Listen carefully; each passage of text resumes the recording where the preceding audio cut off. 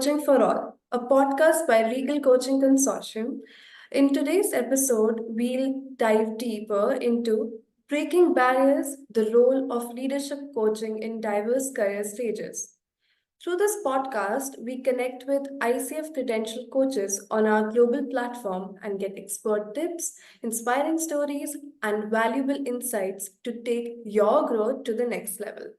Last time on Regal Coaching Consortium podcast, we explored the transformative power of life coaching. Coaching for All podcast is a rendezvous point where the profound meets practical and leadership is not just a title but a transformative journey. I'm your host Mehek, and today we explore the very heart of leadership coaching. We'll unravel the subtle alchemy that turns managers into visionaries, teams into powerhouses, and challenges into triumphs.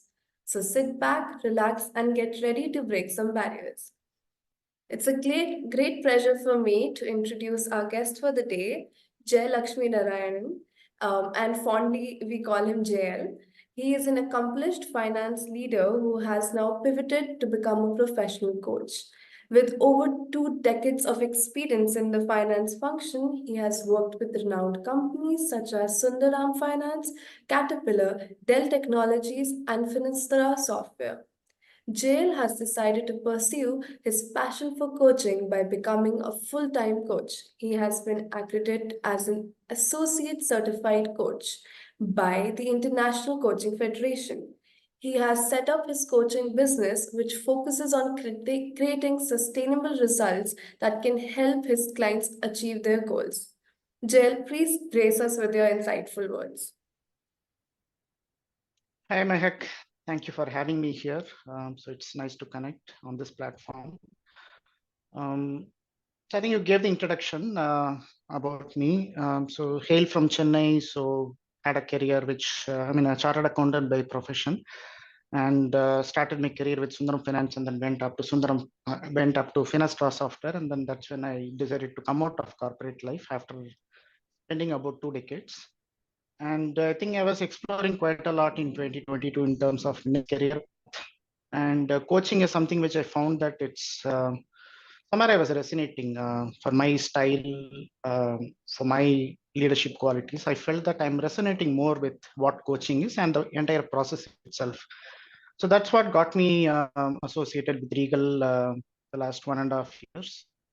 Gradually moving from a learner to become a mentor. So that's been a wonderful journey for me. Thank you, Jill, for telling me about this. So moving on to our podcast, as the topic suggests, I wanted to know how leadership coaching can be adapted to suit individuals at various career stages, from entry-level employees to seasoned executives, ensuring that it caters to a diverse range of leadership needs. Yeah, coaching. When the word coaching is used, normally it's understood that it's for the top leadership. Executive coaching is what comes to people's mind and attention. But I think there are leaders across the organization, so they may not have the designation. Why alone look at the organization, right? So there are leaders in the society also, right? So who may not have that flair, who may not demonstrate in terms of how their body language or how they speak, but the kind of impact that they make in the society will be enormous. So I think leadership is there everywhere. It's inherent. It's about unearthing that. I think that's what matters. So coaching is something which can help people to unearth what's there within themselves, make them more aware of their own leadership style. So it cannot be affected by others, but about more authentic about being themselves, what they can bring to the table. That's what makes a difference in leadership, right? So how can you be more authentic? How can you bring yourself into the table and be in the service of others? So from that perspective, I would say that in organizations, I've seen people who don't have the authority necessarily, probably who may be in the middle management or lower middle management. The kind of impact that they make is something which I've seen quite a lot in my corporate journey. And when it comes to coaching per se, recently I've been interacting with a couple of people who are in the middle management, right? So something common which is coming up, there are from different sectors, different organizations, in fact, but something common is coming up in terms of what they are going through and specifically about their own leadership journey, what they are looking to accomplish in that engagement. I could clearly see that there is a need for people, but are they aware that they have that need? That's an important aspect to look at. So touching upon what I said previously, right? So one thing which comes to attention now is that what Simon Sinek in one of his leadership videos that I have seen, he says that probably I think leadership, when we say it's associated with authority, people having that designation, but there are people down the line who will see to the left of themselves, to the right of themselves, and together how to grow is something many people look at. That's also leadership. It's about nurturing that trait in them, that behavior in them, which can build over a period of time and make the best use of it as they grow in their career, and which can make them a good leader as well. Probably it's a seed is there and it's starting to sprout. Leadership coaching can help to nurture that, to grow, and help you to reach the place where you decide to. Thank you, John. It's like authenticity over authority, right? Absolutely. So, how do you approach common barriers such as skepticism or resistance that individuals might have towards coaching, especially like in an environment where it is not traditionally emphasized?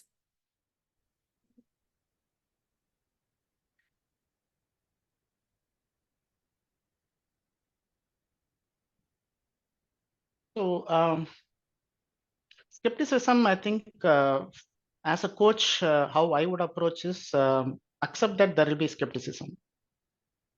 If somebody had told me about coaching a few years back, when I was not even aware about what coaching is, obviously I'll have that resistance. I would want to understand what it is, but I may not know how to apply that, and what can it do to me is something which I will not be clear about.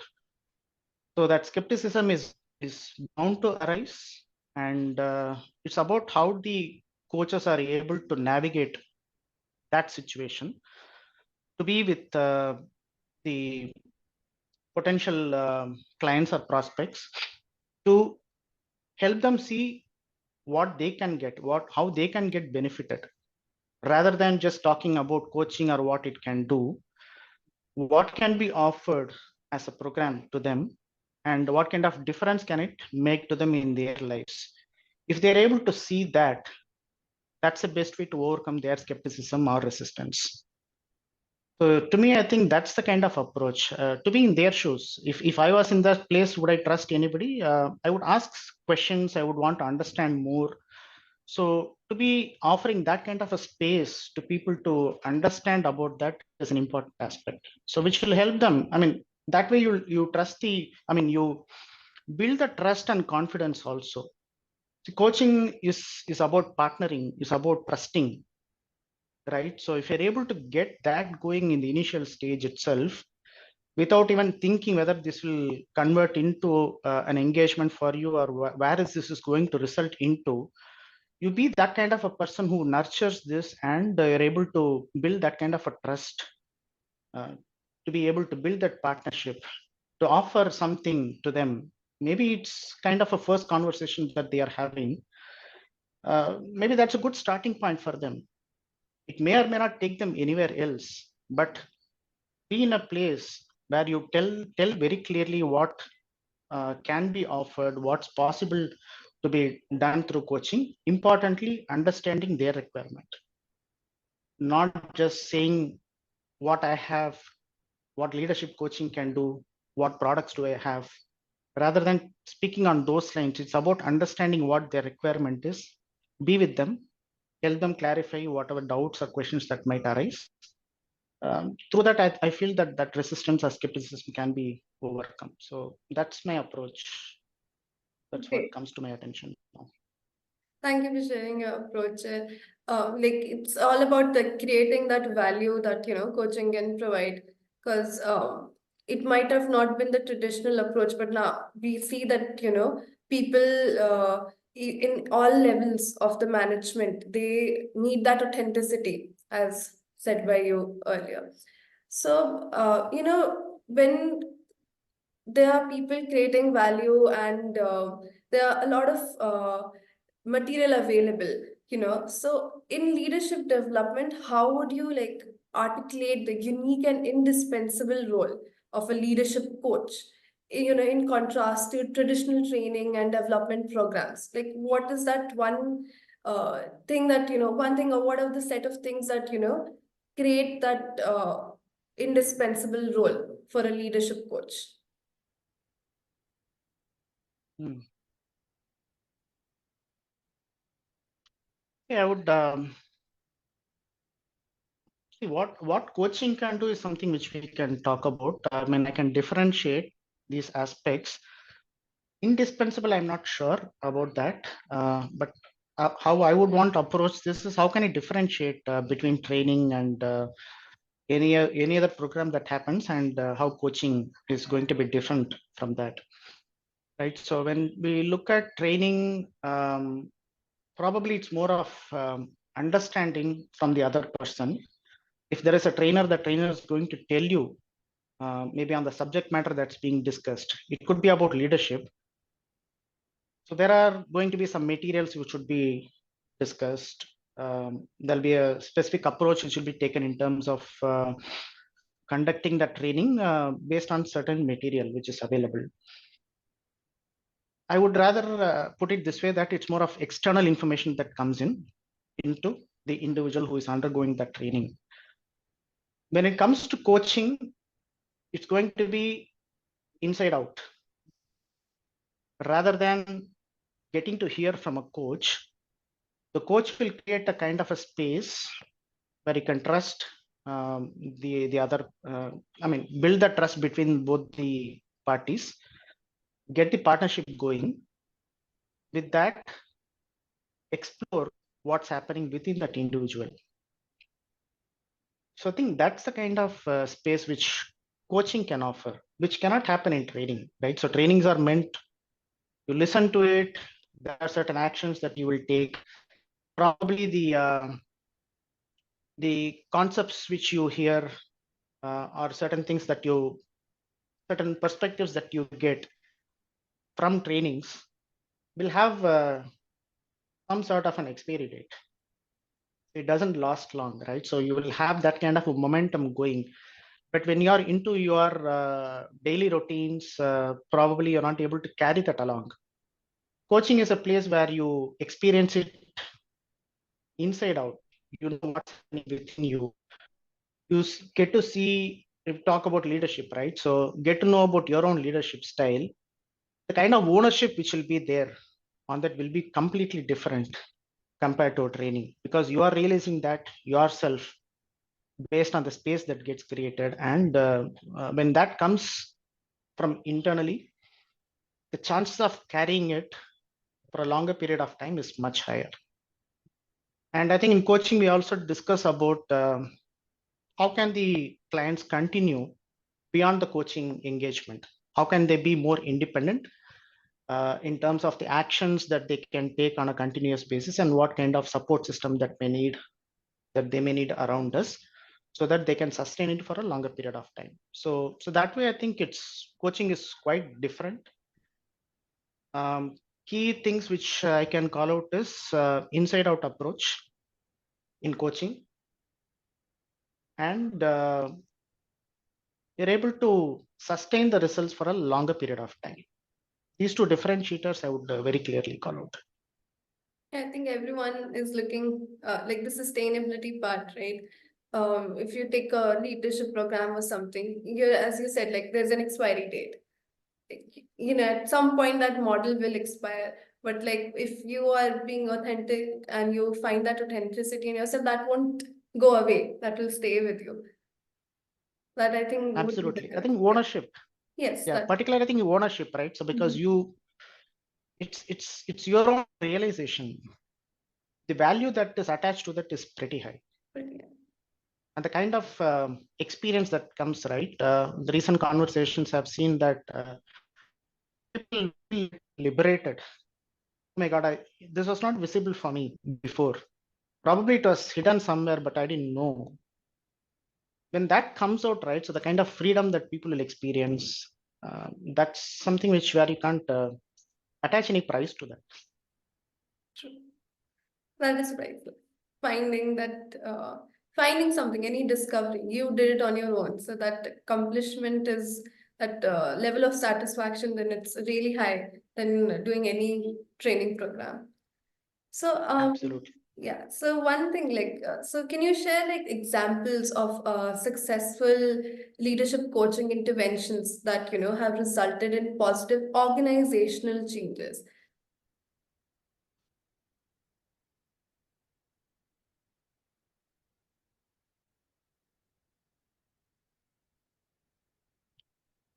So I think a couple of engagements that are currently going on is, I mentioned about this earlier in the conversation about